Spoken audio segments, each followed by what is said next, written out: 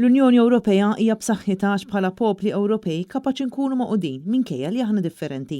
Dan kien il-messaġġ ewlieni tal-President tal-Parlament Ewropew u MEP tal-Partit Nazzjonalista Roberta Metsola waqt diskors illi għamlet fil-Parlament tal-Awstrija.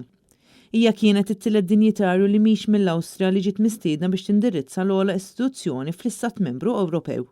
F'dan il-jum meqjus bħala storiku għall-Awstrija minħabba kienet l-ewwel President ta' Istituzzjoni Ewropea li indirizzat il-Parlament Awstrijak, il-President Metsola tkellmet dwar l-importanza li l-Ewropa tiġġedded. Hija referiet għar-rinnovar li sar fil-Parlament Awstrijak li fi kliema sar aktar trasparenti, sostenibbli u aċċessibbli.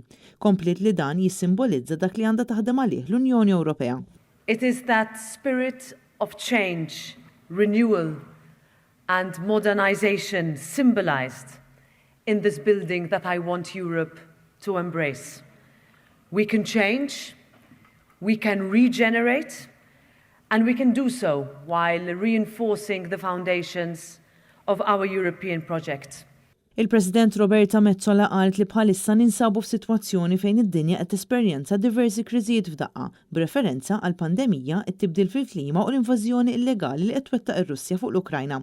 Qalt li dan l-attakk fuq stat sovran wassal biex in-nies qed iħossu iż-żieda fil-prezzijiet. L-MEP Maltija qalt li dak li se jiġri fl-Ukrajna se jiddetermina l-futur ta' din il-ġenerazzjoni u sostniet li r-rispons kollettiv tal-popli Ewropej u dak li se jiddefinixxi lil din il-ġenerazzjoni ibbażata fuq valuri sodi. We must remain future-driven and have the foresight to understand that to meet tomorrow's challenges properly, we must take tough decisions today. And we must do so in a manner that is sustainable and that does not simply push more problems into the generation who come after us. Il-President Metsola qalt li jeħtieġ ikun hemm tkabbir sostenibbli fejn it-tkabbir ekonomiku igawdu minnu kulħadd. Tenniet li l-Unjoni Ewropea mhix perfetta, iżda fl-aħħar mill-aħħar tħalli l-frott meħtieġ.